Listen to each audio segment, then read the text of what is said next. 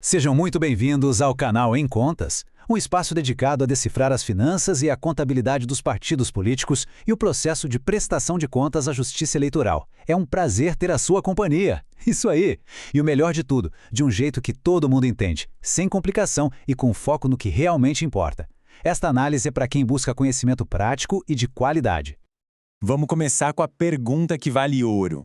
Muita gente acredita que, por ser um documento oficial, uma nota fiscal já resolve tudo, né? Parece lógico. Mas, para a Justiça Eleitoral, a história é bem mais complexa. E é exatamente isso que a gente vai desvendar hoje.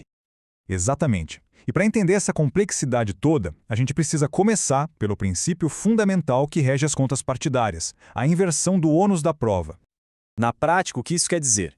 Que não é o tribunal que tem que correr atrás para provar que uma despesa está errada. É o contrário. É o partido que tem a obrigação de demonstrar de forma clara e convincente que cada centavo foi gasto do jeito certo. Pensa assim, é como se o partido fosse o advogado de defesa de cada uma de suas despesas. Não basta apresentar uma única prova, como a nota fiscal. É preciso construir um caso sólido com várias evidências que juntas contam a história completa e não deixam nenhuma ponta solta. E olha, isso não é uma sugestão ou uma boa prática. É uma exigência legal, reforçada várias e várias vezes pela jurisprudência. A lógica da lei é a seguinte: quem gerencia dinheiro público tem o dever absoluto de ser transparente e provar sem qualquer sombra de dúvida a correção de tudo o que fez. Ok, então, se a responsabilidade de provar é toda do partido, como se constrói essa prova robusta? A Justiça Eleitoral, ao longo do tempo, consolidou o que a gente pode chamar aqui das 5 chaves para validar uma despesa. Pensa nessas 5 chaves como um checklist, sabe? São 5 filtros pelos quais toda e qualquer despesa vai passar durante uma auditoria.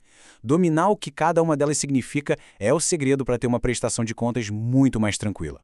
Vamos à primeira chave, autenticidade. Aqui a pergunta é bem direta. Esse documento e quem o emitiu são de verdade? A empresa que prestou o serviço existe mesmo? Ela tem estrutura? Tem funcionários? Tem equipamento para fazer o que está descrito na nota? É a verificação mais básica de todas, o ponto de partida.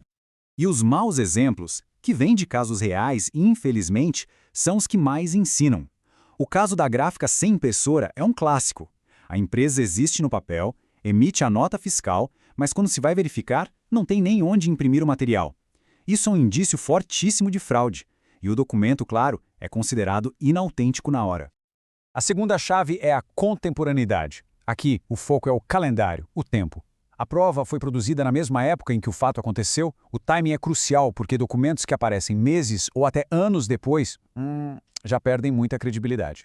E esse mau exemplo é um ponto muito sensível. Documentos feitos às pressas só para responder a uma fiscalização perdem o que a gente chama de presunção de veracidade. A justiça entende que isso pode ser só uma tentativa de esquentar uma despesa, de regularizar artificialmente algo que não estava certo. Isso compromete totalmente a prova.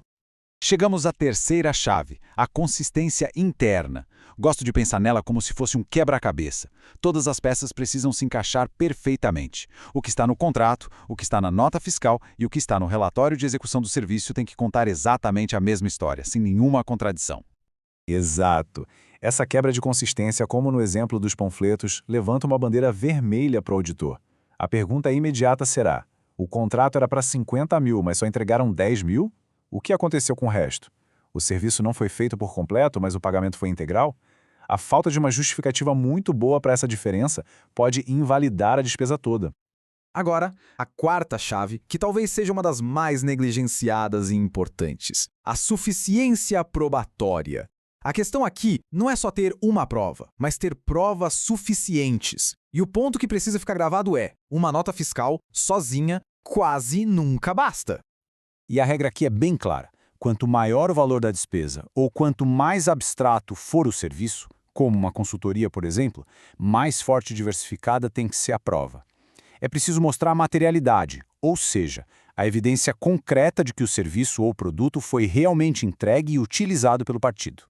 Por fim, a nossa quinta chave, a verossimilhança. Essa é o que eu chamo de teste do bom senso. A despesa parece plausível?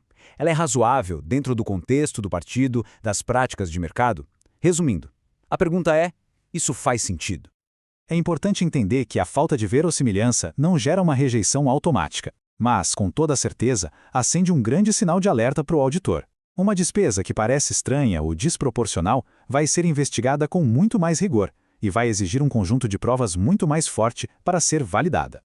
Agora que a gente já entendeu a teoria das 5 chaves, vamos ver como a coisa funciona na vida real. Ou melhor, como ela dá errado. Esta seção é um guia do que não fazer, com base nos erros que mais aparecem nas prestações de contas e que levam à rejeição de despesas. Olhando essa tabela, fica fácil conectar os pontos. A falta de prova de execução, por exemplo, é uma falha direta na chave da suficiência. Contratos genéricos falham feio na consistência interna. E as autodeclarações, bom, elas não têm a validação de um terceiro, falta a autenticidade de uma prova imparcial. O resultado é sempre o mesmo, a glosa, que é um nome técnico para a rejeição da despesa.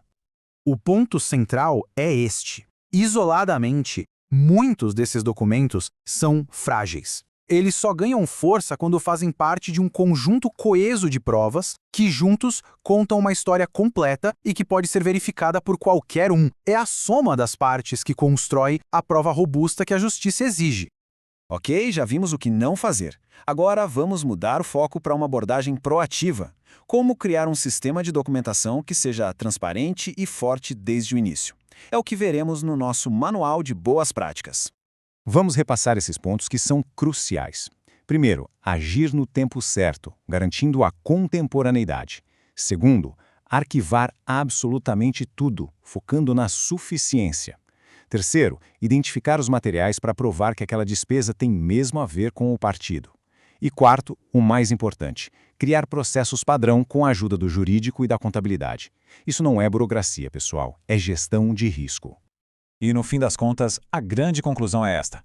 A era de apenas cumprir tabela com documentos formais acabou. A Justiça Eleitoral hoje busca a verdade material, ou seja, o que realmente aconteceu. O serviço foi prestado? O dinheiro foi aplicado corretamente? O papel precisa ser um reflexo fiel da realidade. E isso nos leva a uma reflexão final. Olhar para todas essas regras pode, sim, parecer burocrático, trabalhoso, mas a pergunta que fica é: será que toda essa estrutura rigorosa não é, na verdade, um grande mecanismo de proteção? Proteção do dinheiro público, claro, mas também da própria instituição partidária e de quem a dirige. Ficamos por aqui. O que achou do nosso papo de hoje? A sua opinião é ouro para nós. Escreva seu comentário, mande sua pergunta. Queremos fazer um episódio cada vez mais à sua cara. Continue conosco nessa temporada. Nos encontramos no próximo episódio.